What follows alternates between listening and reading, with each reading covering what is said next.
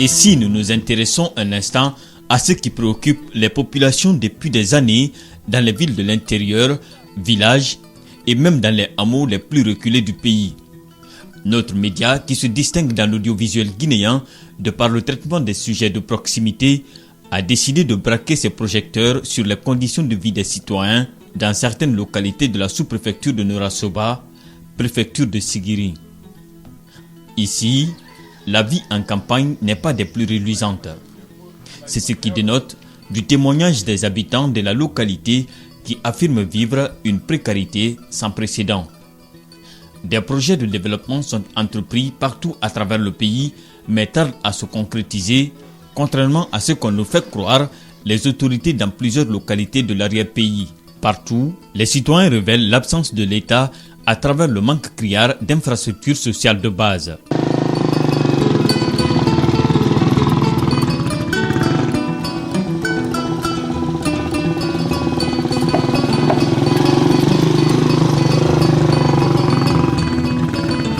Norasoba, nous nous rendons dans le district de Kokonon, situé à cheval entre le mont Guitombon et Manankura, à 40 km du centre-ville de Norasoba. Ici se trouve un ancien champ de culture qui a finalement pris le nom du village de Fayala Doumbouya. Avec plus de 3000 habitants, Kokonon est une localité à vocation agropastorale qui fait frontière avec la sous-préfecture de Doura, de la préfecture de Kouroussa. Depuis sa fondation dans les années 80, les habitants ne bénéficient d'aucune infrastructure de base. Pas de route, ni d'école, encore moins de postes de santé. Le manque de soins adéquats et d'eau potable, notamment en saison pluvieuse, sont également des problèmes auxquels sont confrontés les habitants de cette bourgade. Aujourd'hui, un seul des 2 forages existants dans la localité fournit de l'eau aux populations. Les activités minières prennent le dessus sur l'agriculture, conséquence de l'accès difficile aux intrants agricoles par les paysans, à en croire nos interlocuteurs. Nous n'avons pas de route pour rallier Norasoba. C'est pourquoi les véhicules ne viennent plus chez nous. Konkono, avec ses 2700 habitants, n'a qu'un seul forage. Pendant la saison sèche, nos femmes s'approvisionnent en eau dans les rivières. Ici, nous sommes trop inquiets pour l'éducation de nos enfants car nous n'avons pas de moyens pour construire une école. Mais pour le moment, la localité a construit par manque de moyens un hangar pour permettre aux enfants d'apprendre à lire et à compter. Enfin, je précise que nous sommes des agriculteurs, mais nous ne recevons ni herbicides ni engrais. Nous demandons donc de l'aide pour pouvoir développer nos activités agricoles. Sans oublier que le district de Konkono, avec 2700 habitants, n'a pas un poste de santé digne de ce nom. Vous-même, vous venez d'assister à un cas de décès d'une fillette de 3 ans qui souffrait de paludisme.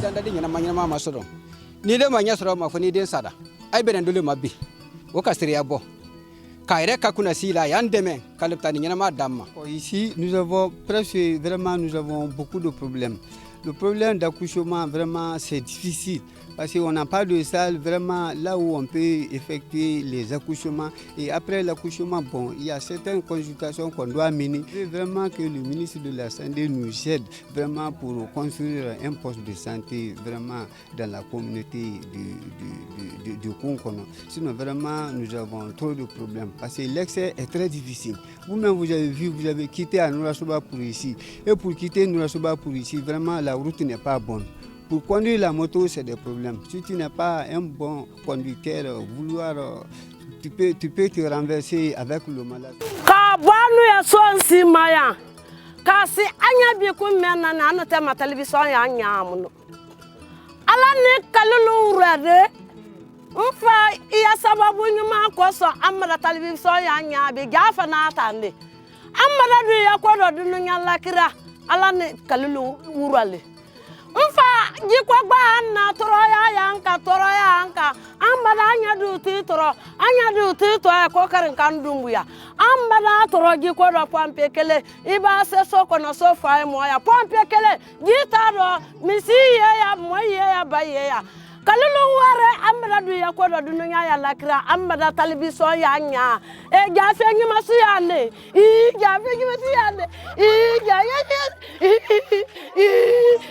amara samre.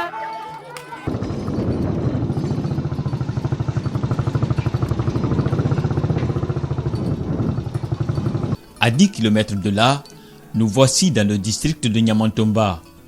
Ici, les autorités locales ont initié la construction d'un poste de santé qui tarde à finir par manque de moyens. L'objectif est de permettre aux malades de la localité d'avoir les premiers soins sur place. Au-delà de la santé publique, le district de Niamantomba est confronté à un manque criard d'eau potable. Les 2 forages qui servent la population sont en panne depuis plusieurs mois. Les milliers d'habitants de Niamantomba se servent de ce seul puits dont la qualité de l'eau reste à désirer. Quand nos citoyens tombent malades, on les transporte sur la moto sur des kilomètres pour un soin adéquat à Dalaninkan, Norasoba, Akankan et Kouroussa. Parfois, certains meurent en cours de route. C'est pourquoi nous avons initié la construction d'un poste de santé. Chez nous, nous n'avons qu'un seul forage sur 2 qui fonctionne. Le deuxième forage est en panne. Pour le mettre en marche, il te faut des astuces pour pouvoir faire sortir de l'eau. Actuellement, on s'approvisionne en eau dans ce puits. Nous avons une population de plus de 2500 habitants. Pendant la saison sèche, l'eau tarit dans le puits. Un seul forage pour des milliers de personnes. Nous sommes tenus obligés d'aller dans les rivières pour s'approvisionner en eau. Ba pompe ko branche ko yo telema baba nyande bulu pompe ma pompe la lo namblota.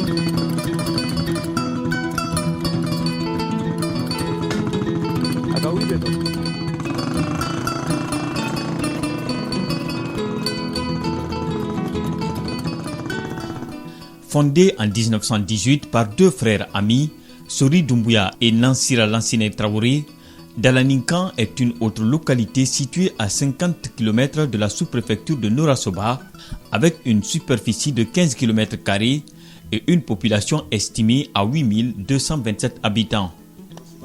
Dans ce district, l'agriculture, l'élevage et l'orpaillage sont les activités principales.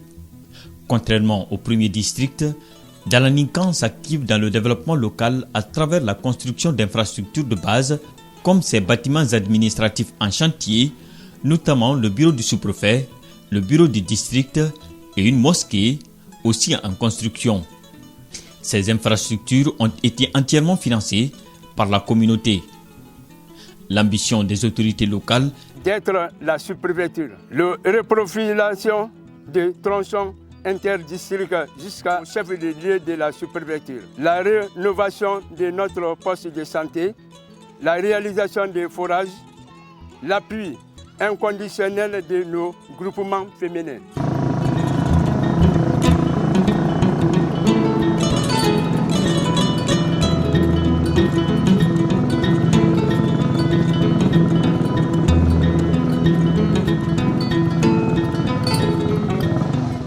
Les femmes de Dalaninkan sont intéressées aux activités maraîchères et agricoles car selon elles, seule la terre ne trahit pas. Dans les jardins, des groupements féminins comme Kairaba et Genekaba font des émules. Ces femmes s'activent sans relâche pour participer à l'autosuffisance alimentaire dans l'arrière-pays. Pour renforcer cet élément, ces femmes sollicitent l'aide des autorités guinéennes dans l'obtention des intrants agricoles pour leur permettre de développer leurs activités. Quant aux postes de santé construits par les citoyens eux-mêmes il y a des décennies, ils se trouvent dans un état de délabrement très poussé. C'est ici que les habitants de Dalaninkan ainsi que ceux des villages environnants viennent pour se faire soigner.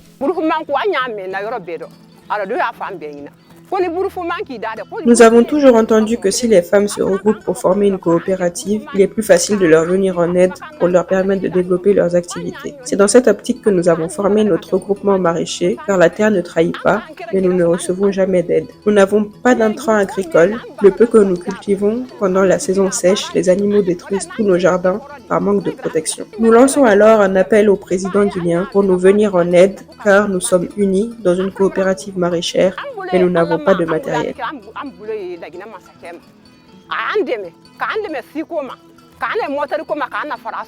Actuellement, nous avons beaucoup de difficultés par rapport au concernant des matériels, de la renouvelation des poches. Même si on a des choses à traiter, mais s'il n'y a pas de matériel, ce n'est pas facile. Donc vraiment, actuellement, nous sommes fatigués à cause des matériels. La route n'est pas bonne. Bon, quand on a aussi des malades pour la référence, ce n'est pas facile. On a un problème de moyens de déplacement, des matériels, des produits. S'il n'y a pas de produits, on ne peut pas traiter. Même si vous avez la capacité de traiter la malade, mais s'il n'y a pas de produits, ce n'est pas facile de traiter.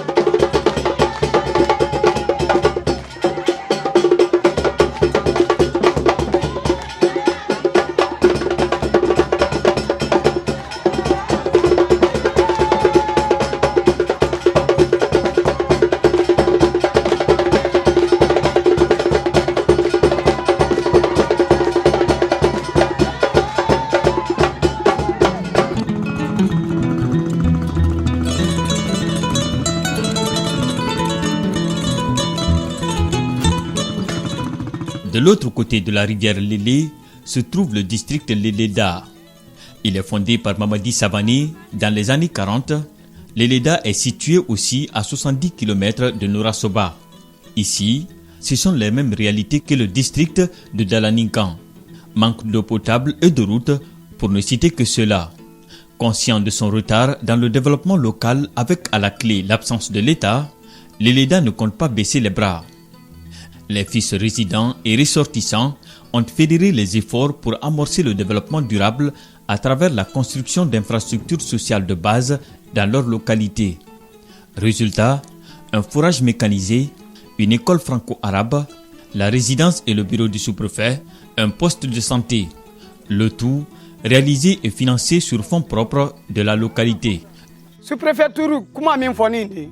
À la barricade, à la mobile de Oudo, Ambra di Nyoma.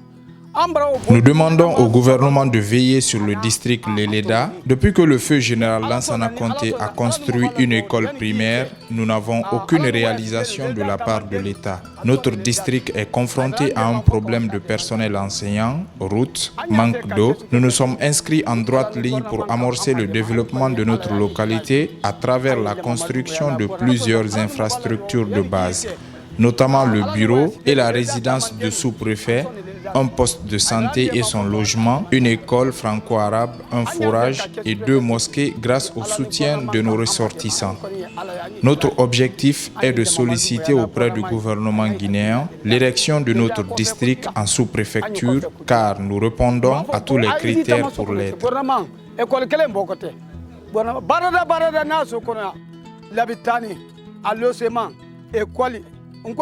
le sement mandana sabon classe belebele saba ni belo ni tamande ni mobala do le somo la diela.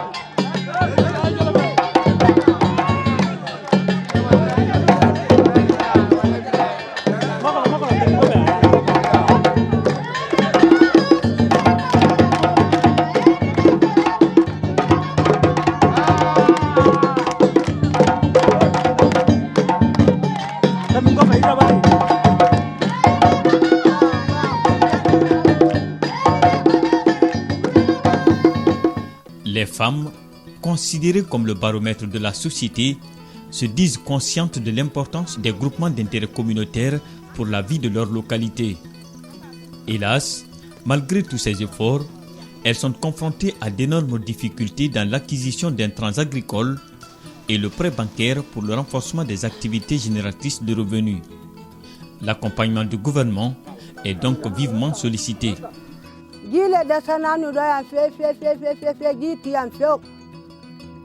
Nous avons un problème d'approvisionnement en eau potable et le seul forage que nous avons ne suffit pas, surtout pendant la saison sèche, durant laquelle les femmes souffrent énormément. Le poste de santé qui a été construit par nos époux n'a pas de forage non plus et quand une femme accouche, nous sommes tenus obligés de ramener l'enfant à la maison pour le laver. Ici à Leleda, notre mobilité est très réduite à cause de l'état de la route qui mène jusqu'à Norasoba, en plus d'être très distante. Le fait de parcourir 65 km a beaucoup freiné le développement de nos activités, surtout celles de nos groupements d'intérêt économique et social. Nous n'avons pas le soutien de la part du gouvernement, pourtant nos moyens sont limités.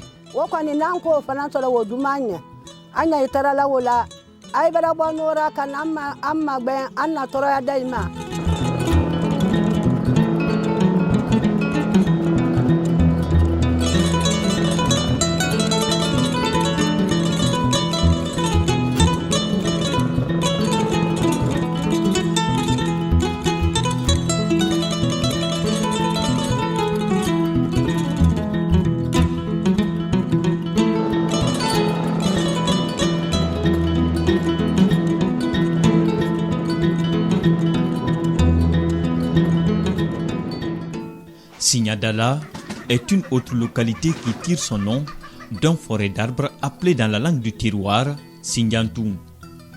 Il est situé à 25 km de Norasoba avec plus de 4500 habitants environ, dont la majorité a moins de 15 ans.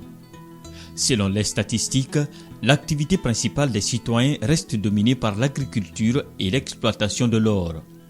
Le district de Signadala reste l'un des districts de la sous-préfecture les plus enclavés et la précarité est visible dans le quotidien des villageois.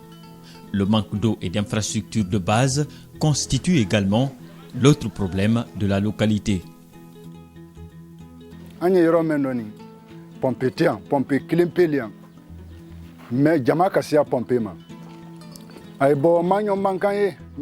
Nous remercions les responsables locaux de Signadala.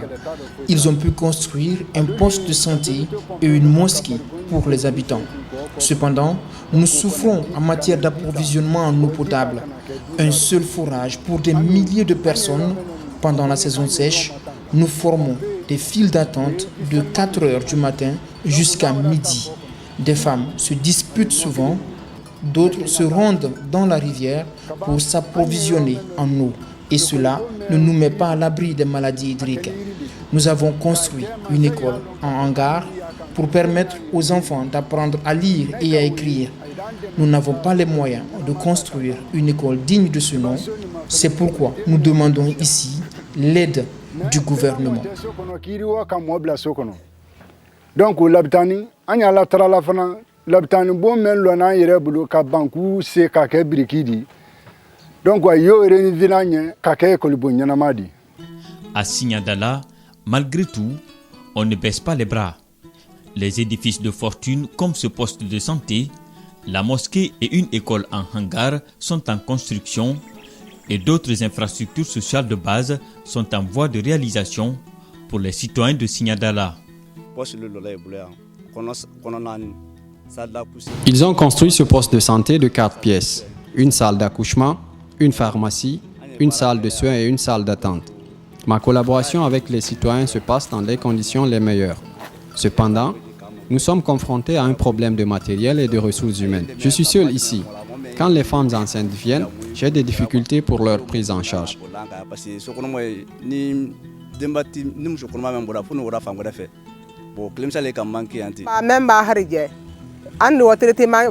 Quand les femmes tombent enceintes ou lorsqu'elles commencent l'accouchement, nous les transportons à Norasoba. Les cas compliqués sont évacués à Sigiri ou Kankan. Parfois, certaines perdent malheureusement la vie. Si nous avions une sage-femme à notre disposition, tout cela pourrait être évité. Nous n'avons pas de fourrage au poste.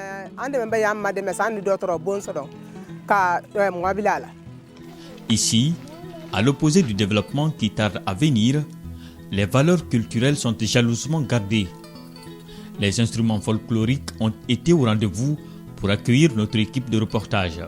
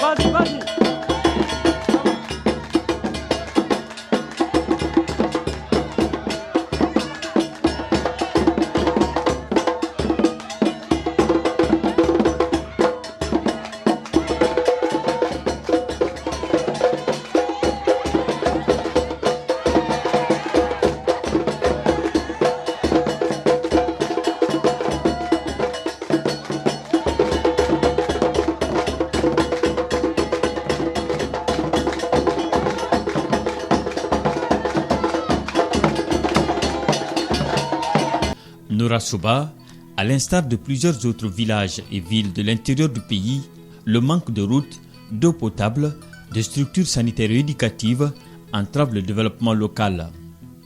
En Guinée, après 64 ans d'indépendance, il n'est pas louable de voir certaines localités à travers le pays sans école, ni route, pas d'eau potable, encore moins de centres de santé. Il serait donc judicieux que l'État, par le biais du gouvernement, prenne en compte les difficultés des Guinéens en général et ceux du pays profond en particulier, sans aucune distinction, pour le bien-être du peuple de Guinée dans sa majorité.